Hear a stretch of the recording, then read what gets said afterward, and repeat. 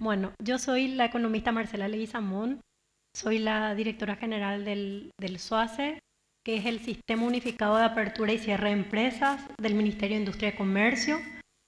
Yo les vengo a hablar de lo que son las EAS, las Empresas por Acciones Simplificadas. Les voy a hacer un breve resumen de cómo aperturar una EAS y luego mi compañera Leticia les va a les va a detallar los procesos que hoy en día se pueden hacer a través de la plataforma del SOACE.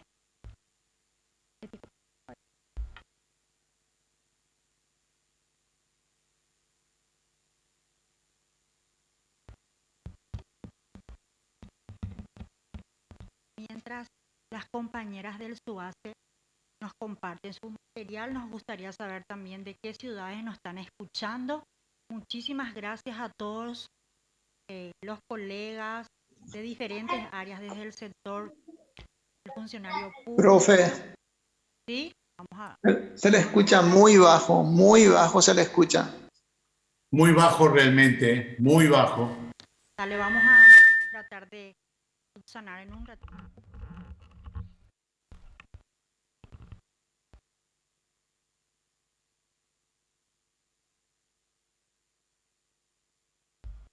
¿A mí me escuchan?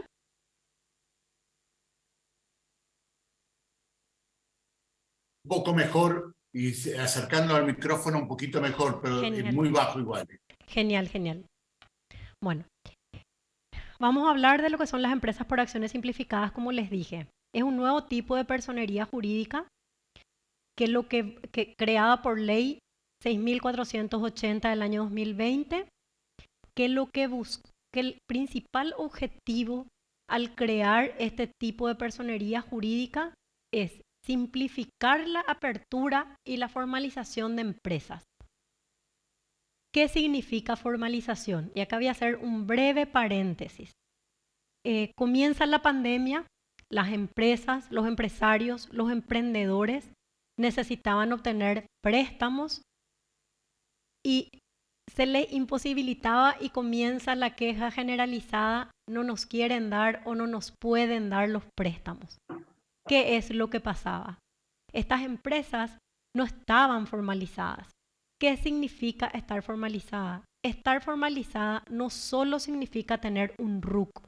Estar formalizada significa estar inscripto en el Instituto de Previsión Social y en el Ministerio de Trabajo, Empleo y Seguridad Social. ¿Qué significa formalizar una empresa? Estar registrado como patrón. Esto significa que nosotros estamos ante el Estado paraguayo, ante todas las instituciones, registrados como patrones, como empresarios formales. Entonces, ese fue el principal inconveniente en época de pandemia. Entonces, ¿qué es lo que nosotros hicimos? Fue acelerar el proceso no solo de aprobación, sino de implementación de este tipo de personería jurídica. Porque al llenar el formulario de las EAS en un solo proceso, en un solo formulario, ya que la empresa queda totalmente aperturada y formalizada. ¿Cuáles son los beneficios y ventajas de las EAS? Las EAS funcionan como una sociedad anónima, pero la principal diferencia con las sociedades anónimas, por ejemplo, es que la Constitución es totalmente en línea, sin necesidad de acudir a ninguna institución pública. O sea, finalmente, para llenar unos formularios y obtener el PIN, uno va a la SET, a la Secretaría de Estado de Tributación, pero eso ya es en el final del proceso de apertura.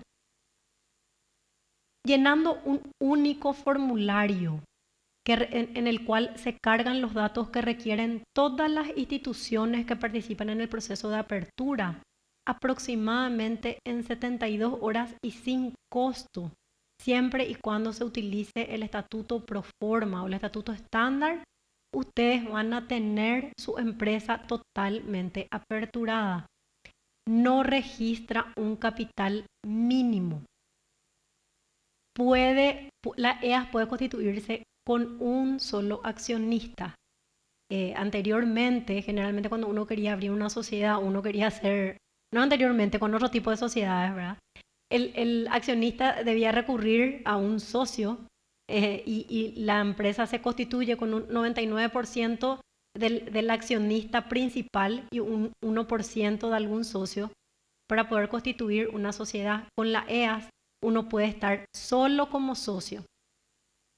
Los integrantes de las EAS responden hasta el límite de sus aportes comprometidos. ¿Qué es el límite del aporte? Es el monto del capital suscripto en la EAS. Las acciones son nominales, como hoy exigen las leyes de transparencia. Se tributa como persona jurídica, o sea, el socio puede quedar con su RUC de unipersonal y también puede tener una EAS jurídica. Su gobernanza es digital. ¿Qué significa eso? Que las asambleas pueden llevarse a cabo por medios telemáticos y también las asambleas son comunicadas en la plataforma. No necesita de escritura pública ni publicación de edictos. No necesita escritura pública quiere decir que puede optar por el estatuto pro forma, pero también puede optar por una escritura pública en caso de que ese estatuto pro forma o algún artículo de ese estatuto pro forma no llene las expectativas o quieran ser más específicos con los artículos y con las obligaciones o con los derechos de los diferentes socios de las EAS. Otro punto muy importante es que se puede vender el 100% de las acciones sin necesidad de liquidar las EAS. Y en general se rige por los mismos parámetros que una sociedad anónima. O sea, todos los artículos de la ley o en el decreto. Si hay algún artículo que no está contemplado en la ley y el decreto, nosotros vamos al Código Civil y los mismos artículos que rigen a las sociedades anónimas son las que rigen a las EAS. Acá más o menos es cómo está técnicamente desarrollado este proceso. Sobre la plataforma SUACE, que es del Ministerio de Industria y Comercio, están interconectadas las plataformas informáticas de todas las instituciones que intervienen en el proceso. En este caso está el sistema informático de lo que es la Abogacía del Tesoro, de la Secretaría de Estado de Tributación, del IPS y del Ministerio de Trabajo. Básicamente el proceso de apertura se llena el formulario. O sea, primero hay que obtener lo que se llama identidad electrónica, que eso es en la plataforma de MITIC. La identidad electrónica hoy en día es fundamental, no solo para abrir una EAS. O sea, a través de la identidad electrónica, varios documentos del Estado paraguayo ya se pueden obtener online. Entonces es súper importante que uno obtenga ya su identidad electrónica. Y es fundamental para el proceso de apertura. En este caso, se le exige al representante legal que obtenga su identidad electrónica.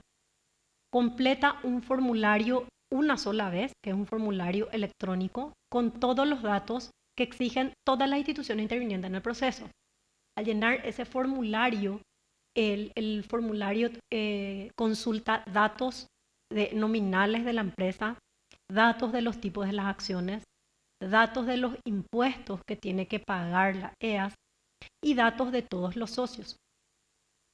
Entonces, uno cuando completa todo el formulario y envía, esto llega informáticamente a través de la plataforma al Ministerio de Industria y Comercio, donde nosotros hacemos una verificación lo más detallada posible para que al llegar a las demás instituciones esto no sea rechazado.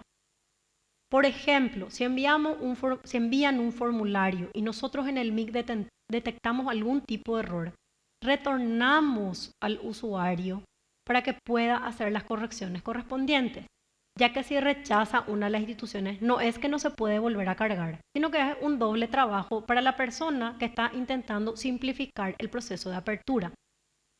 Una vez que nosotros hacemos ese control, esto va a la Abogacía del Tesoro, que más bien es una dirección nueva que trabaja, que se desprendió de la Abogacía del Tesoro, que es la Dirección General de Personas, Estructuras Jurídicas y Beneficiarios Finales, que es algo paralelo o similar a lo que es la Abogacía del Tesoro. Y es esta entidad quien le da nacimiento a las EAS. Las EAS no se inscriben en los registros públicos. El que da el nacimiento a las EAS es la Dirección General de Personas, Estructuras Jurídicas y Beneficiarios Finales. Una vez que ellos le dan nacimiento a las EAS, esto va también informáticamente a la SET para que se haga una verificación y ellos le otorguen el RUC. Y acá llega el único paso presencial. Una vez que el RUC es aprobado, el representante legal debe presentarse ante la SED y firmar los formularios para la obtención del PIN. Y acá es donde va la parte genial también de las EAS, porque va a la parte de formalización. Cuando la gente o cuando los interesados o los socios abren otro tipo de sociedades, obtienen el RUC, sacan su factura y comienzan a facturar cuando que todavía no están formalizados. Fundamental para los bancos, para la apertura de cuentas hoy en día y para otros beneficios que otorgan los bancos es que la empresa esté formalizada. En el caso de las EAS, obligatoriamente cuando se otorga el RUC, esto va automáticamente para a la inscripción del registro patronal del IPS y no es necesario de tener ningún asegurado activo. Que en otros casos, cuando uno va, por ejemplo, tiene una sociedad o va como unipersonal a inscribirse como patrón, el IPS te exige que por lo menos tengas un asegurado activo. En el caso de las EAS, vos quedás registrado como patrón hasta el momento que vos tengas un asegurado o varios asegurados y le des ingreso a tus asegurados al sistema del Instituto de Previsión Social. Una vez que se registra el número patronal, esto va también al Ministerio de Trabajo, Empleo y Seguridad Social y también le otorgan el número patronal, que también no es necesario, que tampoco es necesario tener ningún asegurado activo. Con el estatuto proforma, cuando nosotros optamos por el estatuto proforma, el proceso de apertura es de 3 a 5 días. Finalmente, cuando el proceso de apertura termina, nosotros en línea podemos sacar todos los documentos que te exige el banco o otro tipo de entidad para el proceso de apertura de cuenta. Ustedes no necesitan visitar ninguna oficina para tener todos los documentos que el sistema te expide en el proceso de apertura. Por ejemplo, para una apertura de cuenta, el banco te pide la escritura de constitución, en este caso, es tu estatuto proforma de la EAS que está en el sistema. Lo mismo la constancia de constitución que está en el sistema. El RUC, el sistema te expide el RUC y se ingresa a la página web de la SED y se baja la constancia del RUC. Lo mismo la cédula de identidad de todos los socios y algo muy importante que es una ley que había exigido Gafilat, que es el tema de las constancias de beneficiarios finales y constancia de persona jurídica. Ese proceso también hace la EAS. O sea, ustedes al tener su EAS sale 100% preparada para ir a abrir una cuenta en el banco. Finalmente, y luego Leticia va a dar más detalles, hoy en día no solo la apertura de la EAS se hace en el sistema, se hacen todos los trámites correspondientes a la EAS, como sea editar datos de domicilio y correo electrónico, convocatoria y comunicación de asamblea, modificación de estatuto, aumento o disminución de capital, integración de acciones, emisión de acciones, cambio de representante legal. Todos los trámites posteriores a la apertura de las EAS se hace en la plataforma del Ministerio de Industria y Comercio. Lo mismo con la actualización de beneficiarios finales, transferencia de acciones. Y les voy a pasar a dar unos datos estadísticos de lo que hoy en día somos. Para este bebé que tiene 2 años de nacimiento, porque la primera EAS se constituyó en febrero del 2021. Hoy en día tenemos 4.896 EAS constituidas. Aproximadamente el monto de inversión para nuestro país es de 213 millones de dólares. Y tenemos otro tipo de datos estadísticos, por ejemplo, EAS por género que solemos sacar, que siempre nos piden. Tenemos más o menos 30% de mujeres que lideran las EAS. ¿Verdad? También tenemos, las EAS fueron pensadas para los emprendedores y para las micro, pequeñas y medianas empresas. Hoy tenemos grandes empresas que ya no quieren su sociedad anónima, quieren su EAS. Tenemos escribanos trabajando con nosotros porque, como les digo, el estatuto proforma es básico, es estándar. Y hay veces que los accionistas de las grandes empresas quieren incluir otras cláusulas. Entonces recurren a los escribanos para que le hagan escritura pública. Y las EAS también se pueden aperturar con escritura pública. Y bueno, más o menos acá ven cómo estamos en todo el Paraguay. Llegamos a las zonas más recónditas del territorio paraguayo, ¿verdad? Porque si bien el único trámite presencial que hay que hacer es el de la SED tiene regionales. Entonces uno, de acuerdo a la localidad donde está su EAS, va ahí a hacer el trámite de firma del PIM. Entonces no es para nosotros un impedimento que esté en algún lugar un poco alejado de la capital. Y eso es todo por mi parte. Ahora la compañera Leticia va a dar datos más específicos del proceso.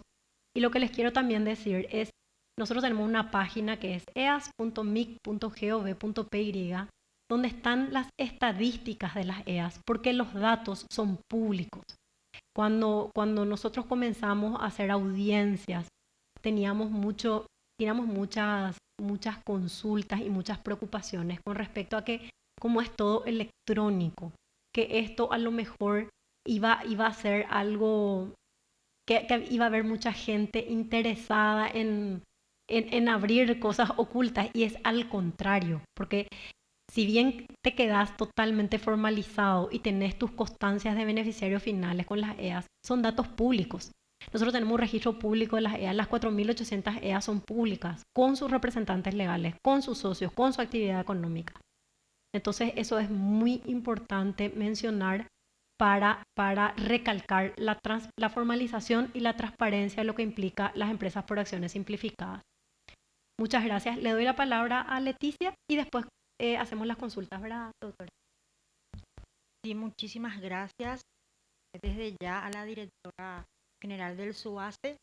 Antes de darle la palabra a la señora Leticia, también queremos saludar también a varios que no solamente nos están escuchando de acá del país, sino también del Mercosur. Le damos saludos a las personas que nos están escuchando desde Argentina. Veo también de la zona de Formosa, Corrientes, y también algunos que están en la zona de Bolivia. Así que muchísimas gracias a todos los que se están conectando. Y como decía la señora,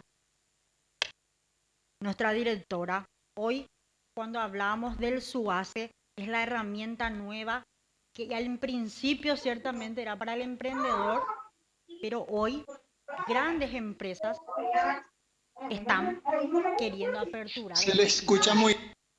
ahí. Pero hay una pregunta, y eso nos hacemos los escribanos, nos hacemos el contador, nos hace el abogado. ¿Qué pasa después de una inscripción de EAS? Hacemos la apertura, tenemos nuestro usuario emprendedor, pero la pregunta es, ¿qué hacemos después? ¿Qué pasa si hoy, por algún motivo, quiero ya hacer una asamblea y no tengo mis libros? O el famoso, quiero modificar mi estatuto. Y esto, ¿quién más para hablarnos sobre esto? La señora Leti, que es la que siempre está contestando nuestras preguntas también. Así que esto es como una introducción. Y todas las preguntas vamos a estar recopilando para hacer también un listado de las preguntas frecuentes. Así que bienvenida una vez más, señora Leti. Buenos días, muchas gracias. Gracias por la presentación. Y sí, como ya estuvo adelantando Marcela, dentro de la plataforma de EAS no solamente se realiza el trámite de apertura, sino todos los trámites posteriores y concernientes con la Dirección General de Personas, Estructuras Jurídicas y Beneficiarios Finales, Abogacía del Tesoro. Todos los trámites de apertura y comunicaciones con esa dependencia se realizan a través de la plataforma. Les voy a mostrar y les voy a ir hablando para que ustedes tengan noción de todos los trámites que pueden hacer a través de la plataforma. Insisto mucho en esto, porque si bien en el proceso de apertura, el circuito de apertura es totalmente completo, incluye ya la inscripción patronal, la inscripción en el RUC, pero todas las comunicaciones posteriores ante esas instituciones, como por ejemplo IPS, MTs, ya es responsabilidad del usuario obtener su contraseña con los distintos sistemas. En el caso de IPS, tiene que tener su usuario en el sistema REI y REGODPA en el Ministerio del Trabajo, para las comunicaciones sobre el movimiento de empleados, tengan o no tengan, es muy importante cumplir con esas informaciones. Voy a compartir para que ustedes puedan ver.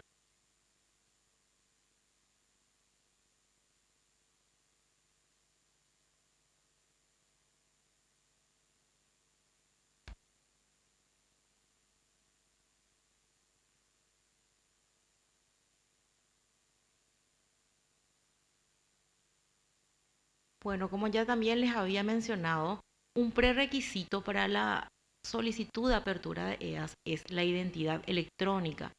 Se accede a la inscripción de EAS con la identidad electrónica del representante legal de la empresa.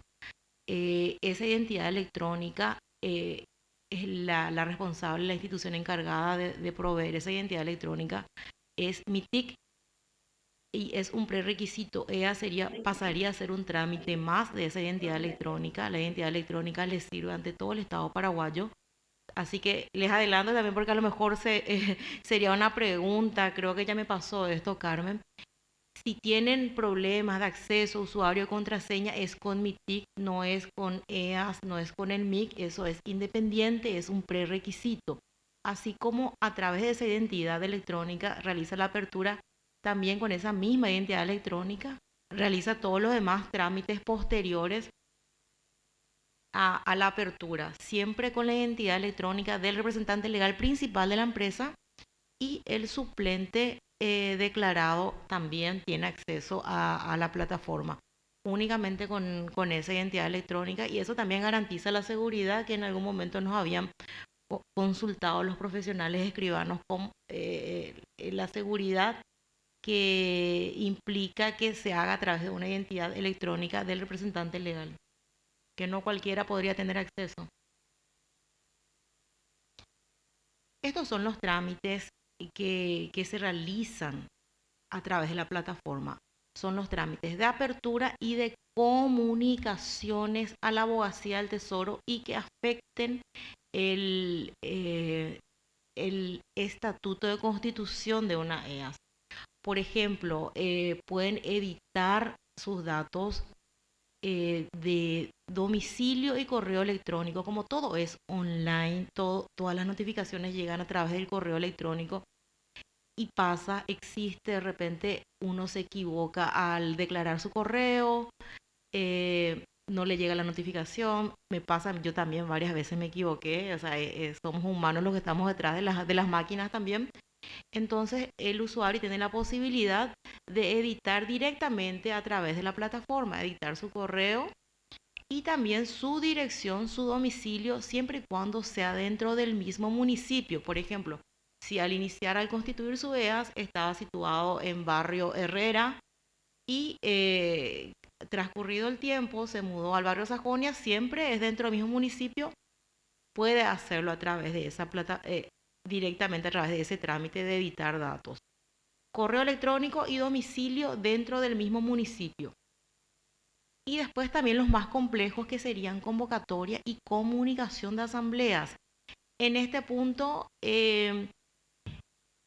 también se garantiza la gratuidad del trámite, porque en la convocatoria nosotros en la página web tenemos lo que sería no solamente el registro público de las EAS constituidas, sino también las convocatorias de asamblea de todas las EAS para todos los trámites, a excepción de estos trámites que involucran a otro tipo de sociedades, como por ejemplo transformación, que involucra a otro tipo de sociedad, escisión y fusión. Para esos tres casos, sí, la publicación debe ser a través de un medio de comunicación, a través de un diario, perdón.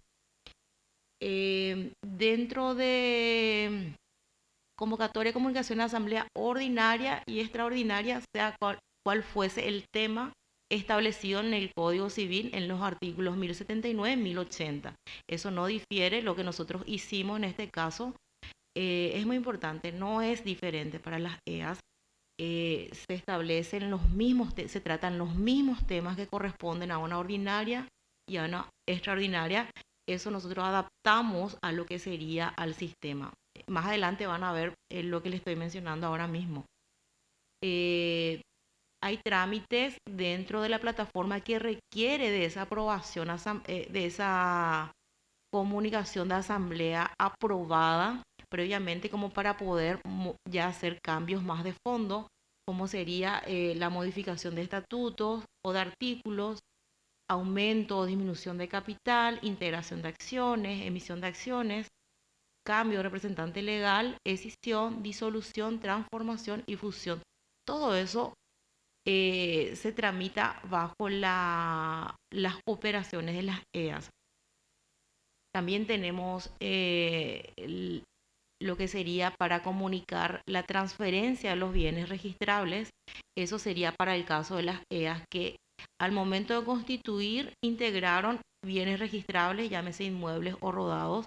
Hay una disposición en nuestro decreto, en el artículo 12, en el cual establece, si ese fuese el caso, de que integren bienes registrables, de que tienen un plazo de 60 días hábiles para hacer la transferencia ante registros públicos de ese bien. Eso después comunica también a la plataforma.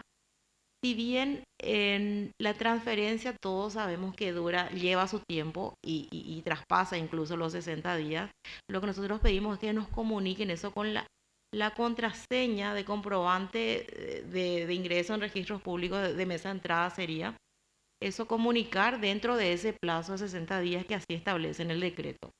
Eso para los casos bienes registrables, también para la actualización de beneficiarios finales y la transferencia de acciones, que les voy a mencionar un poquitito más adelante. Bueno, así le aparece al usuario al ingresar a su empresa, le aparece todas las acciones, todos los tipos de trámites que puede realizar dentro de la plataforma. Si ingresa más datos, le aparece toda la radiografía, por decirlo así, de la empresa, sus números de RUC, su inscripción patronal, sus documentos de inicio de constitución, y también se van acumulando las constancias actualizadas que se van expidiendo a lo largo de todas las comunicaciones y los trámites realizados posteriores a la apertura.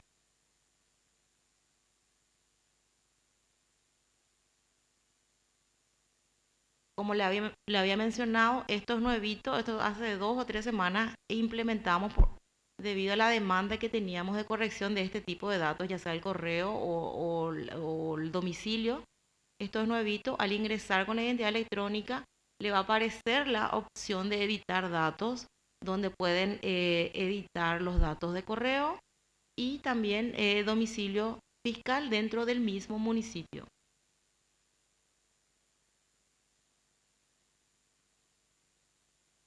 Y también acá en este tema, en este punto es muy importante. Todos los documentos generados, no solo en el proceso de apertura, sino las constancias que se van actualizando, se van acumulando en la sección de documentos que queda abajo mismo de la plataforma, ingresando a la opción de más datos. Porque, ¿qué pasa? El usuario ingresa y ve lo primero que le aparece en la parte de arriba y ya no explora un poco más abajo y se va acumulando todas las documentaciones generadas en el proceso de apertura y posteriores en esa sección. A medida que van actualizando, por ejemplo, la constancia de beneficiario final, en la actual, pasa a ser el documento activo y los de un inicio, los del principio, ya pasan un poquito más abajo otra vez como documentos antiguos, pero toda la trazabilidad, toda la documentación de la empresa queda en ese sitio, en el portal de su empresa.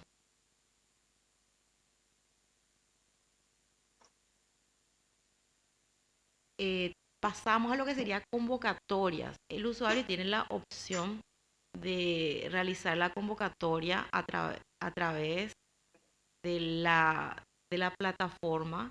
Con eso la publicación se hace en nuestra página y también ya ahí se ahorra gastos de publicación.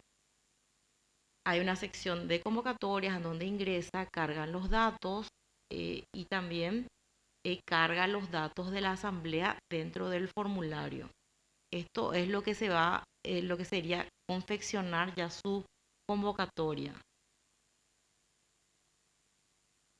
Como yo les había mencionado, las EA se rigen por el Código Civil. Todos los temas que establece, los temas a tratar en las distintas asambleas están establecidos en el Código Civil, en los artículos 1079 y 1080. Eso nosotros adaptamos en el sistema. Como ustedes pueden ver en el lado izquierdo de la pantalla, por ejemplo, se trataría de lo que establece la Asamblea Ordinaria, el artículo 1079, y qué temas se tratan dentro de esa asamblea. Ahí tienen bien definidos cuáles son los temas y el usuario va marcando qué tema va a tratar, si compete a tratar en una asamblea ordinaria o si es competencia de una extraordinaria. Esto es lo que se establece en el código y lo que se adaptó al sistema. Por ejemplo, en el caso de asamblea ordinaria, serían las consideraciones, la presentación de balance, cuadro de resultados, destino de utilidades, cambio de representante y emisión de acciones. Solamente esos temas se pueden tratar en la asamblea. Si van a tratar esos temas, tienen que marcar. Y si está fuera de esto, pasan a la extraordinaria. Hago énfasis porque de repente quise hacer mi asamblea y no me aparece el tema que voy a tratar. Todo lo que está establecido en esos artículos está adaptado al sistema. Está todo automatizado, entonces si es competencia de ese tipo de asamblea, ya marca directamente qué temas va a tratar. En el caso de extraordinaria sería todo lo que no se puede tratar, como la modificación de estatutos, pero todo lo que no se puede, no es competencia de una ordinaria, como modificación de estatutos, transformación, fusión, escisión y disolución. Esos son temas de asamblea extraordinaria y que establece el Código 1080.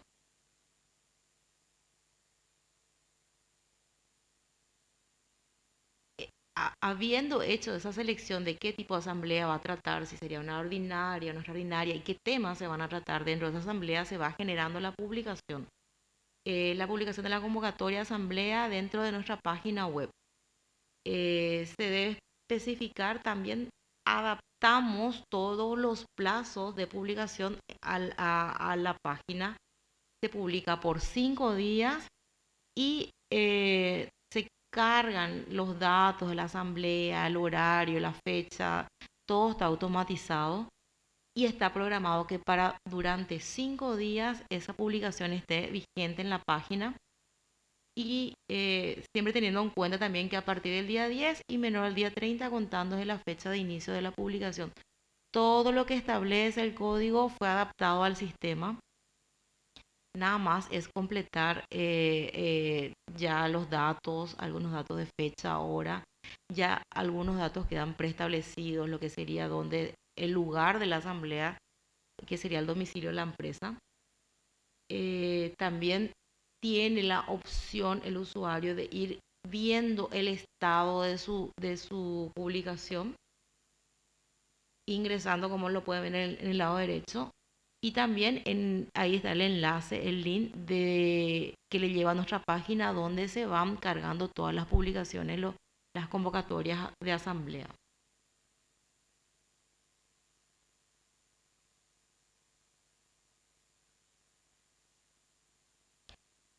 Ahí tiene un ejemplo de cómo queda ya una publicación, una convocatoria, una asamblea, de qué tipo de asamblea, si es ordinaria, si es extraordinaria, qué temas se van a tratar. Está todo automatizado y eso sale directamente ya en convocatorias en nuestra página web. Una vez que se haya realizado esa publicación, esa convocatoria, posterior en el mismo sitio que sería convocatoria y comunicación de asamblea, posterior a la fecha se debe comunicar el resultado en la siguiente opción. En ese mismo sitio ustedes tienen la opción de adjuntar todos los documentos que van a acompañar a esa comunicación. Por ejemplo, si se trató de balance, adjuntan el balance, los requisitos de el acta en sí, digitalizado, y es muy importante, es una exigencia, es un requisito de abogacía del Tesoro, que todos los libros societarios y contables de las EAS estén rubricados. Entonces, van a adjuntar el documento, el libro rubricado, y todo lo que trataron en asamblea van a ir adjuntando. Y también tienen la posibilidad de dar de baja, por ejemplo, si se suspendió o no hubo, o decidieron llamar a otra fecha, pueden dar de baja esa publicación e iniciar una nueva. El usuario tiene muchas opciones para realizar dentro de ese ítem de convocatoria y comunicación de asamblea.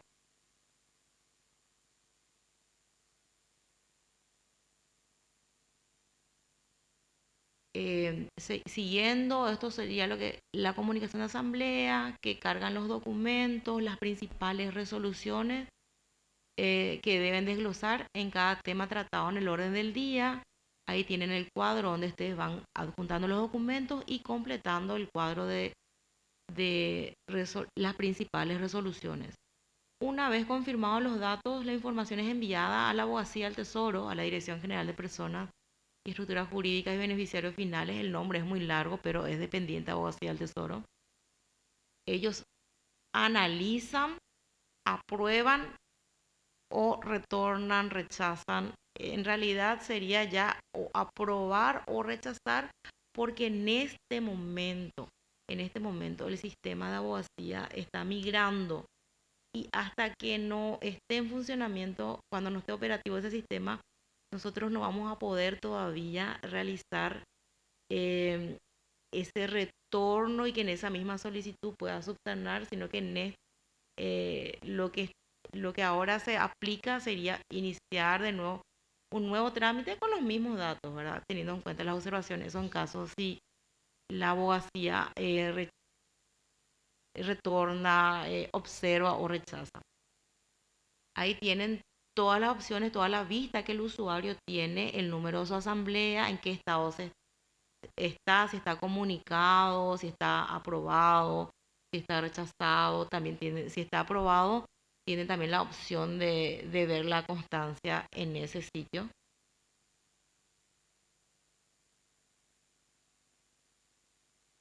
Esa es la constancia que se expide de comunicación asamblearia, sea de la ordinaria o extraordinaria. En el caso, como ya les mencioné, si abogacía retorna o rechaza, hay que iniciar un nuevo trámite hasta que nosotros desarrollemos la opción del retorno, y que en esa misma solicitud observada pueda continuar con su trámite.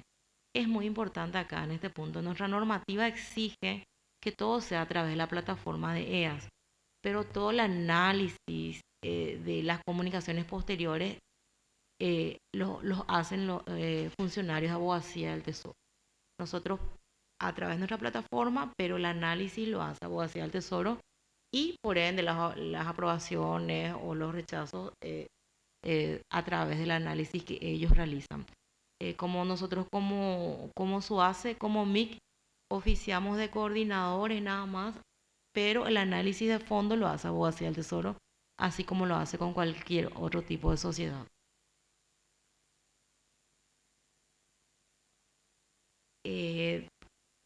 Para realizar las operaciones de las EAS, ahí tienen las opciones en el cuadro, ingresar en operaciones de las EAS. Esto requiere de un trámite previo de aprobación de la comunicación de asamblea para que ustedes puedan hacer. No van a poder hacer directamente operaciones de las EAS sin antes tener aprobada la comunicación de su asamblea, en donde se trató el tema, ya sea modificación, cambio de representante legal, transformación, disolución. Tiene que haber una comunicación de asamblea aprobada previamente para tener acceso a este ítem de operaciones de las EAS.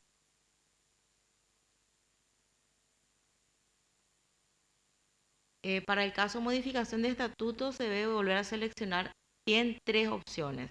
A medida que ustedes van seleccionando, les va apareciendo todas las opciones y ustedes eligen cuál sería el caso de ustedes. Por ejemplo, dentro de modificación tenés aumento o disminución de capital. Si ustedes optan por aumento o disminución de capital, les aparece un cuadro nuevamente donde ustedes vuelven a declarar el nuevo monto aumentado o disminuido del capital de la empresa. Entonces se vuelve en cuántas acciones, entonces vuelve a redistribuirse el monto capital y las acciones de esas EAS dentro del sistema, y por ende se actualiza también lo que sería la constancia de beneficiarios finales. También la integración de acciones y modificación de estatutos. Cuando seleccionan lo que sería modificación de estatutos, le aparece un listado de todos los artículos. Se utilizó el Proforma, son 25 artículos, y les aparecen el listado de 25 artículos donde ustedes van seleccionando qué artículos fueron modificando. En el caso de si van a tocar lo que sería aumento o disminución de capital, lo que compete a capital sería el artículo 5 y 25. Entonces seleccionan esos artículos y descargan ese estatuto modificado. El sistema crea ese estatuto ya con los datos modificados. Eso se descarga, se firma, ya sea una firma digitalizada o con firma digital, suben nuevamente para que Abogacía pueda emitir el dictamen de modificación del estatuto.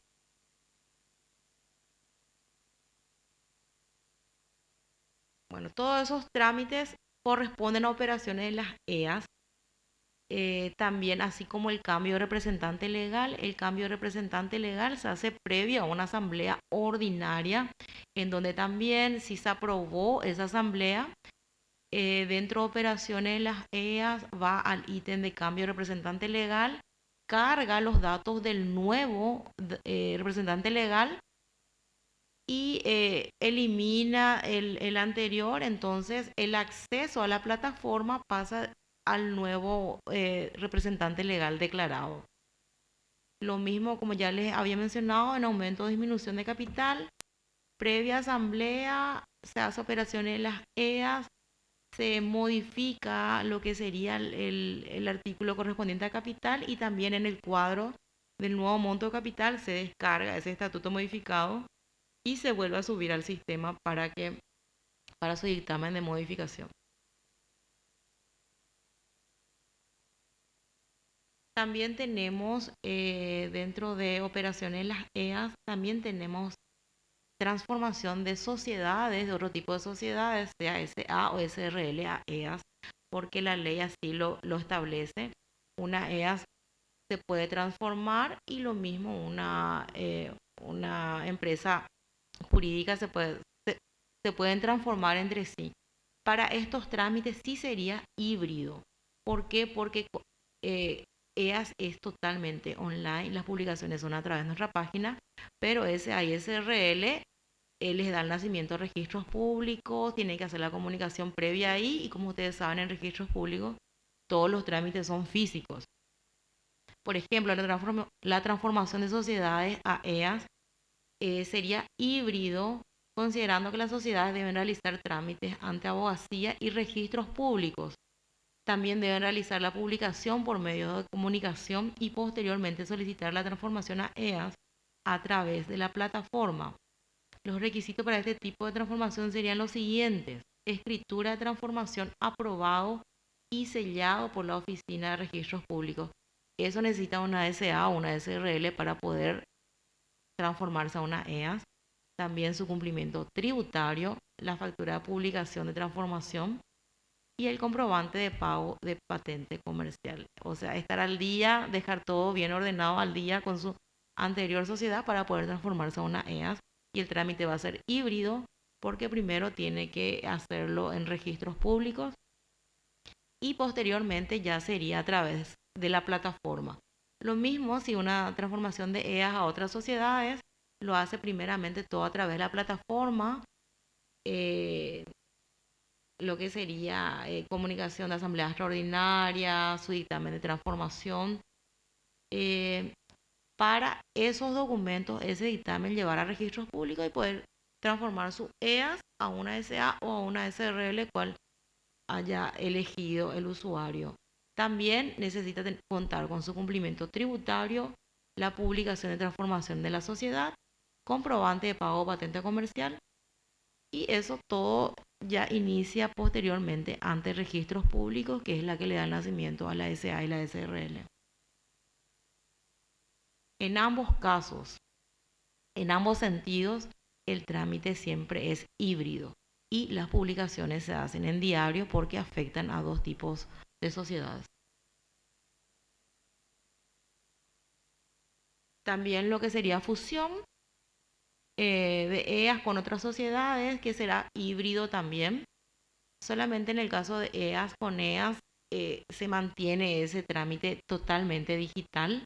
Lo mismo requiere una escritura o un formulario estándar, el cumplimiento tributario, factura, publicación por los 3 días y comprobante de pago patente comercial. Son los mismos trámites que sería para una transformación.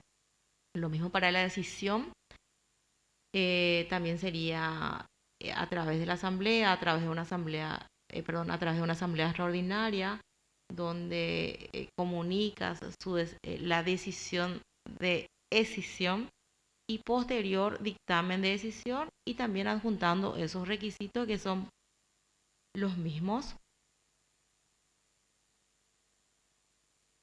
Y para disolución, la disolución de EAS se trata en asamblea extraordinaria a través de las plataformas donde se comunica la intención de disolución. Una vez comunicada y aprobada, debe realizar en el sistema de operaciones las EAS disolución para finalmente obtener el dictamen de disolución por parte de Abogacía del Tesoro. Y los requisitos para la disolución de EAS serán los siguientes: el formulario estándar que ya se encuentra entre los documentos de la empresa, el cumplimiento tributario y comprobante de pago de patente comercial.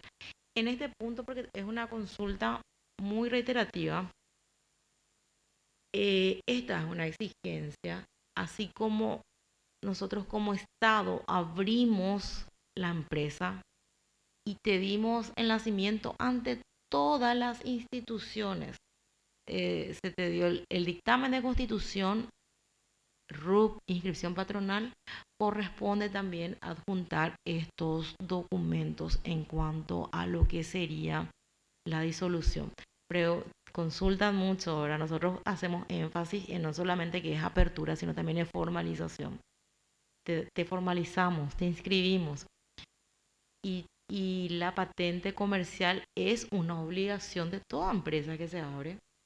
Entonces se exige, es un requisito de que presenten esos documentos. Como ya les adelanté, también bienes registrables que dentro de la plataforma pueden adjuntar el comprobante de mesa entrada ante registros públicos de la transferencia del bien registrable que integró cuando constituyó su EAS.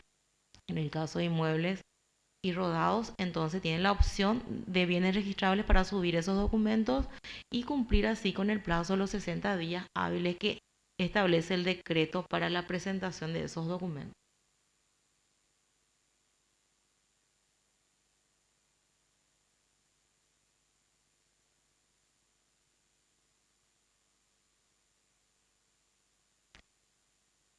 Y por último, actualización de beneficiarios finales. Este es para el caso de que no hayan hecho, si es que le requieren actualizar esta constancia. Generalmente los bancos piden la constancia de este año, ¿verdad? Sin antes haber realizado la asamblea ordinaria. Entonces, el usuario tiene la opción de actualizar a la fecha de hoy, por ejemplo. El banco me pide la constancia de beneficiarios finales de esta fecha, entonces yo ingreso y actualizo. Pero esta opción únicamente es para esos casos de que no se haya realizado ningún tipo de modificaciones que les hablé anteriormente en ese periodo y necesitan una fecha vigente. Esto es más bien pensando en los bancos y para cumplir con el plazo de beneficiarios finales, que creo que es en junio, julio, sí, para esos casos, pero siempre y cuando no hayan realizado ningún trámite, ninguna modificación, pueden ingresar, hacer la distribución de acciones integradas por los socios y eso se actualiza en la constancia, los mismos datos y con la fecha vigente para esos casos. Y esos son todos los trámites que pueden realizar a través de la plataforma de EAS. Muchas gracias. Muchísimas gracias a la señora Leti. Voy a leer, si me permiten, algunas preguntas. También, si me permite, nuestra directora general del Digesto, algunas consultas para que se pueda quedar un poquitito esto más claro. Y hay una consulta, señora Leti, yo soy la que le suele hinchar, desde el sector más bien empresarial. Nuestra ley 6480 habla de que el tinte debe ser comercial. Pero hoy yo quiero abrir una consultoría contable. O me uno con la señora Leti, una consultoría de derecho. El servicio personal. ¿Cuál sería la respuesta? Porque en principio, al ser tinte comercial, creo que ahí nos sale la duda y creo que muchos de los que están ahí, ¿puedo abrir un estudio contable con la figura EAS? Haciendo mi servicio personal, mi honorario profesional, y no hablo solamente del contador, sino también hablo del fisioterapeuta, del equipo, siempre del sector profesional. Y esa es una consulta muy recurrente, ya que como hablamos de esta figura tan, yo le digo brillante, sería una de las consultas que estuve leyendo. Creo que hay un problema con nuestro Zoom. Un ratito.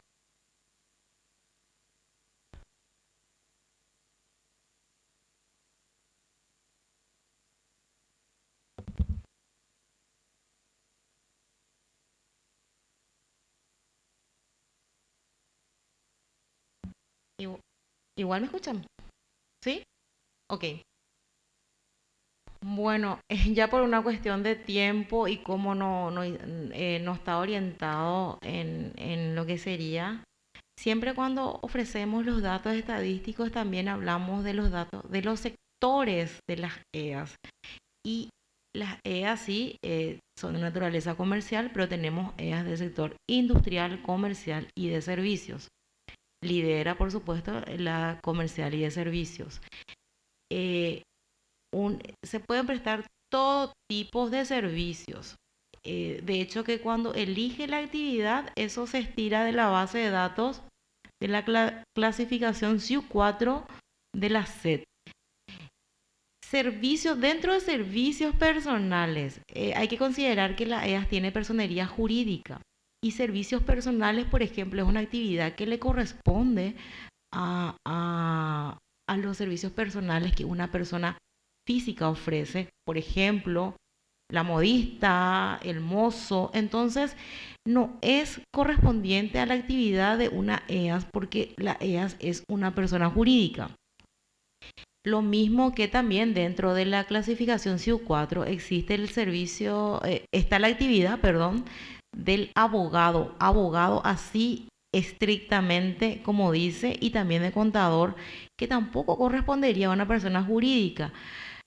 Sí tienen otras opciones en el caso de servicios contables o servicios jurídicos, siempre orientando la actividad a lo que sería una personería jurídica, no desde lo que corresponde a una persona física, porque las EAS, por más que estén constituidas a partir de un solo socio, es de naturaleza, es jurídica. Solamente por eso y también por una recomendación de los servicios personales corresponden a persona física. Lo mismo para el contador y de hecho, nosotros quitamos así, filtramos un listado, ¿verdad?, de actividades que corresponden a una persona física. Yo, Leticia Jiménez, presto este servicio, pero al abrir una EAS tengo que declarar la actividad que le corresponde a una jurídica. Tenemos muchísimas consultoras contables, muchísimas consultorios jurídicos, pero declarando esa actividad correspondiente a una persona jurídica. Entonces, puedo abrir entonces un estudio contable desde el punto de vista jurídico, porque en las sociedades anónimas yo puedo abrir una consultoría, un estudio contable y agrego tranquilamente en mi actividad de honorarios y hago. Por eso más bien era la consulta, Leti, no desde el punto de persona física, sino yo me uno con varios profesionales y abro mi estudio contable, mi estudio jurídico, solamente por esa pequeña duda de la ley 6.480.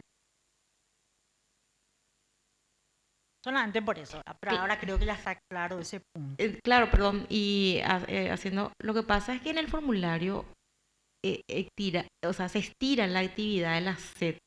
Entonces la persona opta por eso, sino más bien enfocado a lo que sería a personería jurídica. Por eso no es que no pueden realizar ese tipo de servicios, sino que la actividad. Muchísimas gracias, Leti. Creo que fue una de las preguntas más recurrentes. Vamos a ver si nos están escuchando. También hay otra pregunta, señora Leti, antes de despedirnos. Hablábamos, ¿qué pasa hoy si no puedo tener mis libros rubricados por la burocracia que muchas veces conocemos en la parte de registro público?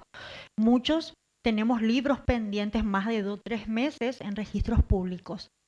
No puedo alzar mis libros en el SUACE sin estar rubricado, ¿verdad? Bueno, y también en ese punto ya creo que mencioné que corresponde a la abogacía del tesoro reglamentar en lo que sería la presentación de esos libros. Es una disposición que debe de estar rubricado. Registros públicos incluso ha reglamentado, ha establecido requisitos específicos, especiales para las EAS.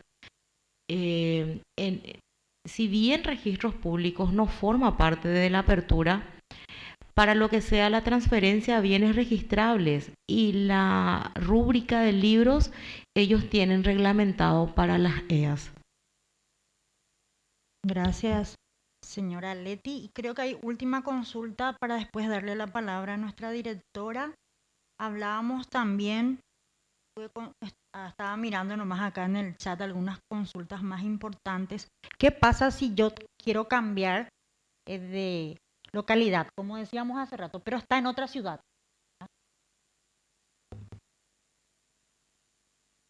En el caso de cambio de domicilio y en otro departamento, por decirlo así, se tiene que hacer una asamblea extraordinaria. Eso es una disposición de abogacía del tesoro. Solamente en casos de que sea dentro del mismo municipio pueden hacerlo directamente a través de la plataforma cambiando esos datos, pero para ya sería un cambio ya a otro municipio, sí corresponde que haga una asamblea extraordinaria. Muchísimas gracias. Y la última consulta de nuestro compañero también acá en el Digesto, y creo que es algo demasiado importante mencionar. Una demanda de cobro de guaraníes iría contra la persona jurídica de las EAS. Es una confusión normalmente porque al ser EAS unipersonal, Carmen sigue siendo Carmen, pero claro, al formar una EAS ya pasa a ser una persona jurídica, ¿verdad? Pero es una pregunta que normalmente nos consultan y también ahora le traspasamos. Bueno, como había mostrado la presentación de Marcela, de los beneficios de las EAS, que protege hasta el aporte del socio. Es una persona jurídica, se puede constituir a partir de un socio. Lo único que el decreto establece es que en el caso de que se trate de un socio, se debe de agregar la denominación unipersonal para identificar que se trata de un solo socio. Pero es una personería jurídica en donde el socio responde hasta el límite de su aporte. No guarda ninguna relación con la persona física o unipersonal, como ya me habías adelantado también la consulta. No, tu RUC de persona física, tu actividad de persona física no guarda relación con la EAS, que es una nueva empresa, que es una empresa jurídica y protege hasta el aporte del socio, salvo caso de dolo, ¿verdad? Sí, muchísimas gracias, Leti. Y hablando del beneficiario final, cuando yo actualizo mi beneficiario final hoy para un banco, ¿el SUACE nos puede dar un tiempo de actualización o es automático? Tiene de repente un tiempo así, 2 días, porque de repente el banco y en la práctica sabemos que me podés informar tus beneficiarios finales. Hacemos la comunicación al SUACE y de repente nos preguntamos, ¿tendría un tiempo para actualizar o es automático también ese proceso? El último trámite que yo había mencionado que se puede hacer dentro de la plataforma es la actualización de beneficiarios finales. Ese trámite pueden hacer siempre y cuando no hayan hecho modificaciones, porque al haber realizado alguna modificación, por ejemplo, el cambio de representante legal, se requiere de una comunicación de una asamblea ordinaria previamente. Si bien se hace todo dentro de la plataforma, se requiere de ese trámite previo. Esa actualización de beneficiarios finales que se hace dentro de la plataforma es si no hiciste modificación, el banco te pide, necesito esa constancia para hoy, ¿verdad? Y vos no tuviste modificaciones, eso vos haces y eso es automático, inmediato. Ahora, si hiciste alguna modificación, tenés que esperar a que te salga la comunicación de esa asamblea, aprobado, ¿verdad? Después de operaciones en las EAS y ahí se te actualiza beneficiarios finales. Sí. Pero es súper rápido, es bastante... Y también aprovechando, la ley establece los plazos en el trámite de apertura de EAS, ¿verdad? Los plazos posteriores de comunicación son los mismos que establece la Abogacía del Tesoro, pero no obstante, nosotros tenemos funcionarios, compañeros funcionarios de la abogacía específicos de EAS y eso hace más ágil el trámite de comunicaciones posteriores. Y también me dicen aquí, nos olvidamos de la parte tributaria. Hoy una EAS, que de repente ese es el cambio importante, ¿verdad? La parte tributaria. Decíamos, y esto conversábamos ya con Leti hace varias semanas, hoy puede pagar IRE general, que es lo que conocemos normal por toda sociedad, pero hoy también te da la opción de IRE simple. Y sobre todo el famoso IDU, distribución de utilidades, ¿verdad? Que es la duda de mucha gente, dice, ¿por qué yo tengo IRE simple? Y el IRE simple del contexto normal es lo más relativamente fácil. Y hoy tengo que pagar IDU, que es una tasa ya adicional del 8%, ¿verdad? Esto hablamos con la señora Leti, consensuamos desde aquí también con mi aporte y también con los compañeros de la SET en su momento. Y yo creo que Leti nos va a explicar un poquitito más, pero les cuento que ya sé esa parte de la respuesta, señora Leti. Bueno, rememorando un poco lo que ya habíamos conversado, las EAS pueden, hay 3 tributos obligatorios para las EAS. IRE, que puede ser simple o general, de acuerdo a la escala de la SET. IVA general e IDU, porque las EAS generan utilidades. Entonces, al generar utilidades, deben de tributar IDU. Esa es una disposición de la SET para los casos de las EAS. Es más, ahora al solicitar la apertura EAS ya van a encontrar en la parte tributaria, en los campos de obligaciones tributarias, ya van a encontrar predeterminado el IDU, ¿verdad? IRE puede ser simple o general, siempre de acuerdo a lo que establece la SET y a la actividad, porque como los contadores sabrán, para lo que realizan import-export no pueden declarar IRE simple, debe ser IRE general. Y también me adelanto un poco también. Sí, me adelanto, pero esto también son disposiciones y conversaciones y acuerdos con la SET. Los que tributan IRE simple, la SET les exime de la presentación del balance general, pero es eso es ante la SED. Para las comunicaciones a la abogacía deben de presentar balance por más que tribute IRE simple. Esa, por decirlo así, solamente la SED les exime, pero ante la ley así lo dice y ante abogacía deben de presentar su balance. Me adelanté ya tocando el tema de IRE. Gracias, señora Leti. Sí, esa era una de las consultas del tema de que siempre nos consultan. Yo tengo que presentar balance general, pero ¿cómo si tengo IRE simple? Pero como dice la señora Leti, desde el punto de vista financiero, ya desde abogacía, yo tengo que preparar un balance para presentar a los socios en la asamblea misma y en todo lo que pueda recurrir con respecto a las EAS. Y había una consulta dentro de las preguntas frecuentes.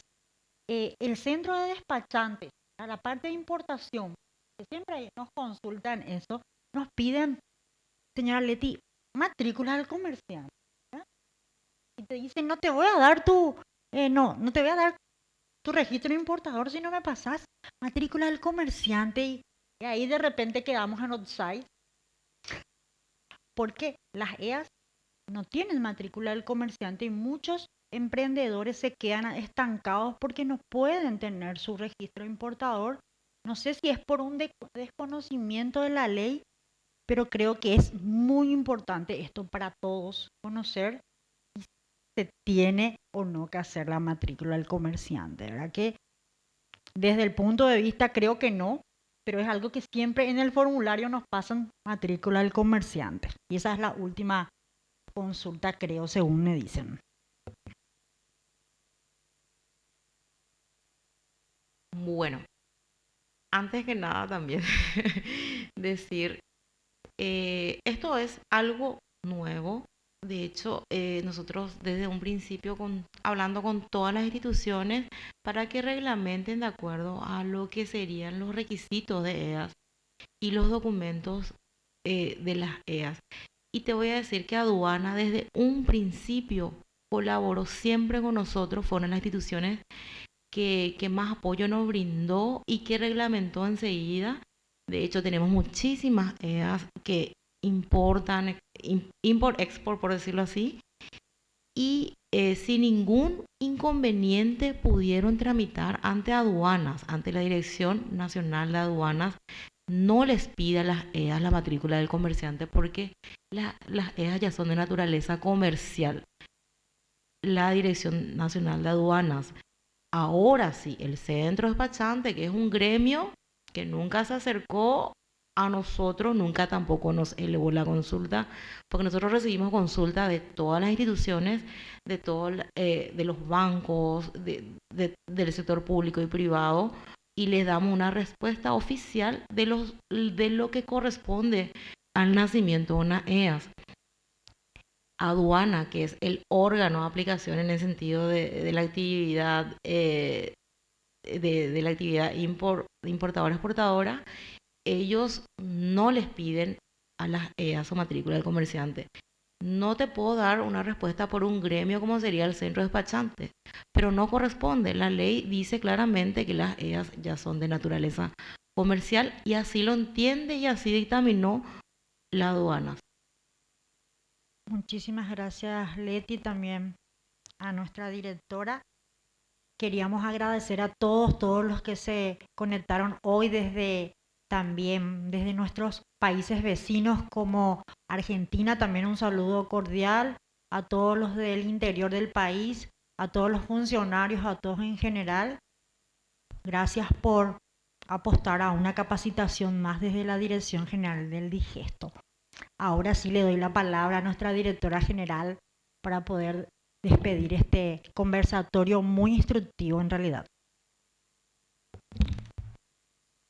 Bueno, el Digesto Legislativo agradece profundamente a las señoras Marcela Leguizamón y Leticia Jiménez, grandes autoridades, altas autoridades del Ministerio de Industria y Comercio, mujeres brillantes que hoy nos dieron la mano para hacer conocer a la ciudadanía las leyes que fueron sancionadas por el Congreso y promulgadas por el Ejecutivo.